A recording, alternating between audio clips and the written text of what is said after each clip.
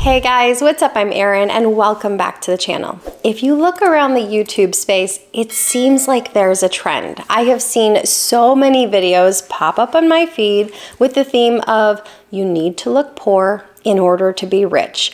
But I don't necessarily agree with that sentiment. So I thought I'd make a video that goes in the opposite direction. Now these videos are made by wonderfully talented creators who are likely just using a really catchy title to grab attention. And that's part of the YouTube game. Trust me, I get it. I do the exact same thing with my titles and my thumbnails. And honestly, I haven't watched any of these videos on this specific topic, so I'm not fair to judge any of the content.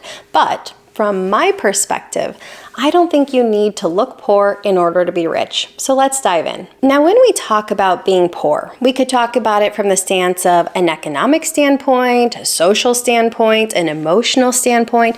There are many different ways to look at it. But being that this is a financial channel, we'll focus on the financial side of things. Financially, being poor means lacking resources and opportunities. It's struggling to afford basic necessities like food, clothing, shelter, and healthcare. It includes living paycheck to paycheck, having little to nothing in savings or investments, or having no safety net in case you have an emergency. And I think from a financial standpoint, it's pretty safe to say that that's not something we want to strive for or masquerade as. And then we have the flip side of things. We have rich, living in an expensive home, driving nice cars, wearing nice clothes, and taking lavish vacations.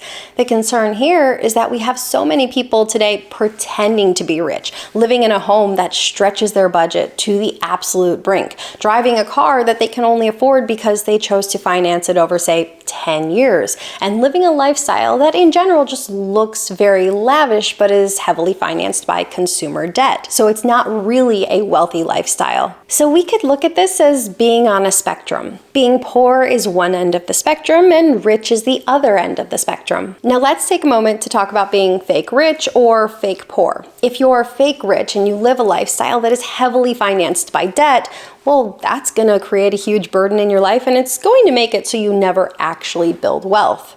But on the other hand, if you create a life where you're looking fake poor, you might overly restrict your lifestyle and you might end up sucking all the joy out of your life. So I think what a better approach is to find the Goldilocks approach, to settle somewhere in the middle and not try to pretend to be something that you're not and build a healthy and sustainable lifestyle. I think extreme approaches tend to set us up for failure. Think of extreme diets. Maybe you say, I'm going to run 10 miles a day and only eat soup. This would work in the short term, but it's likely unhealthy and unsustainable. I think about extreme financial strategies in the same exact manner. If you have this approach where you say, I'm not going to spend on anything fun. I'm going to have the highest savings rate possible regardless of enjoyment level in my life. I'm going to work 20 hours of overtime to make sure that my paycheck is as high as possible, but I'm not going to have any fun while I do it. Well, that is an extreme approach, and it's likely not going to last in the long term. I think the best thing you can do is adopt a plan that you can stick to throughout the course of your entire life. I think this is the best plan when it comes to fitness and finance. I recently had a conversation with a friend who is saving 25% of her income, and she said to me, I feel like I should be saving more. I had one simple question. Why? What's the end goal? Do you want to retire early? And she said no. She said she loved her job and she wanted to continue working for many years to come and maybe even potentially past traditional retirement age. But she just felt guilty anytime she spent on something that was a luxury or something that was fun. And I think we have to be careful, especially those of us who are interested in personal finance, because this is a very easy trap to fall into. We have to remind ourselves that money is just a tool to build the life we want. Yes, it's important to save and invest, something I advocate strongly for on this channel, and save and invest a portion of every single paycheck, put that towards building a brighter financial future. But at the same time, it's important to spend on enjoyment today. The way I like to phrase it is, there's no throwaway years. There shouldn't be any years in your life where you look at them and say, oh, fun doesn't matter in those years. All your years matter. The data shows that if you can consistently save just 15% of your income throughout the course of your entire career, if you're planning a traditional retirement at the age of 67, you'll be able to replace 100% of your income from your investments alone. If you want to retire earlier, maybe you have a bit more of an aggressive savings rate. But I think it's important to not fall into the trap of extreme saving or extreme spending. It's important to strike a balance between enjoying today and planning for tomorrow. And really, the key here comes down to finding a balance between comfort and growth. So often when we start out in our career, we start off with a very modest salary, but then as we grow in our career and as the years go on, our incomes tend to increase over time. In the beginning, when our incomes are smaller, often this requires more sacrifice. But a lot of times I feel like in the beginning of our career, those sacrifices are easier. Let's say you're 21, 22. It's pretty easy at this point in life to have a roommate or to have just hand-me-down furniture. All of that is pretty normal. And even in the beginning, when the income is smaller, I think it's so important to set aside a portion of every single paycheck and put that towards investments, to put it towards your future. And at this point, I don't really think it's that important how much you're setting aside, just that you are setting something aside for the future. It builds that habit, it cements that behavior for the rest of your life and sets you up for success. After, say, 10 or 20 years in the workforce, let's say your income has doubled from the point when you entered the workforce, it's okay to increase the contributions to your investments, but also increase the amount that you're spending in your daily life, or the amount you're spending to maintain your lifestyle.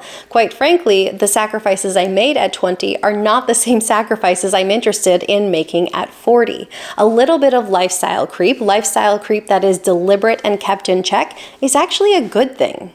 This goes along with the idea of looking at money as a tool. You have every right to enjoy the money you work hard for today as well as in the future. So when your income increases, it's okay to spend a little bit more. And at the same time, you should be investing a little bit more. This strikes the perfect balance. I think if you don't allow yourself to spend on the things you enjoy, even when you have the means to do so, I think you unnecessarily restrict yourself.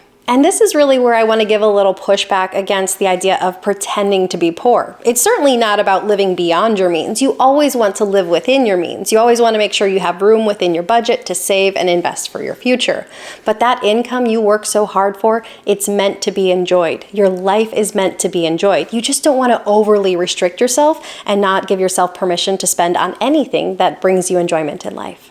Trying to look either rich or poor can have negative psychological effects. Wealth building should feel empowering. As your income grows and as your investments grow, this should give you a sense of accomplishment and a sense of financial security. But if you constantly have this narrative running through your mind that says, I don't have enough, or I shouldn't be buying this, well, that's not a healthy mindset to have. Ultimately, money should allow you to live your authentic life. You shouldn't forego any sort of spending on enjoyment just for the sake of a higher account balance, just as you shouldn't overspend and sacrifice investing for your future just to create an outward appearance that looks more luxurious than you can actually afford, because you're not really impressing others. Others don't really care what's going on in your life most of the time.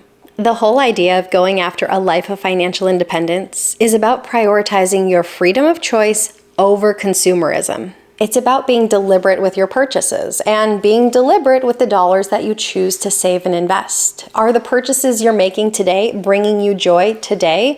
When you invest for the future, are you investing enough that you're allowing yourself to have a future joyful life? I think it really comes down to finding that sweet spot. And that sweet spot is not going to be over restriction, and it's not going to be overspending. It's finding that perfect balance between spending on things you enjoy today to bring you happiness today, but also allowing you to save for your future. Skipping all enjoyment today doesn't make your life more righteous, just as overspending brings with it its own share of hardships as well. I think what matters most in terms of being successful in generating wealth over time is behaviors rather than appearances. Are you living a life where you're spending less than you earn, where you're avoiding debt, where you're able to invest consistently over the long term? you don't need to look poor in order to do these things. You can be thoughtful with your spending and your saving and your investments, and you can build a nice, comfortable, enjoyable life today. So what do you think? Does this resonate with your view of personal finances? How do you strike that balance between saving and spending today? Share your thoughts in a comment down below. I post new videos every single week. If you got anything at all out of this one, please give it a like. If you're new here, please consider subscribing, or if you know of someone who might get something out of this type of content, please consider sharing. I'll see you soon. Bye. Cold season. Geez, send your kid to daycare and you're sick all the time. We'll focus. I think that was weird. It's like wolf was in there. I'm thinking about so many things. Slow down. Should I redo the whole thing? I just wanted to say one more thing. Put it at the end, redo the whole thing. Excuse you? That was a really annoying place to mess up. Sorry, hit the microphone. Not bad on that one. I'm sore from working out. My stomach was so loud and I'm fairly certain that was on camera. It's over sprending. I'm sure that's a word. Just in the home stretch, one airplane is coming. I'm getting a coffee.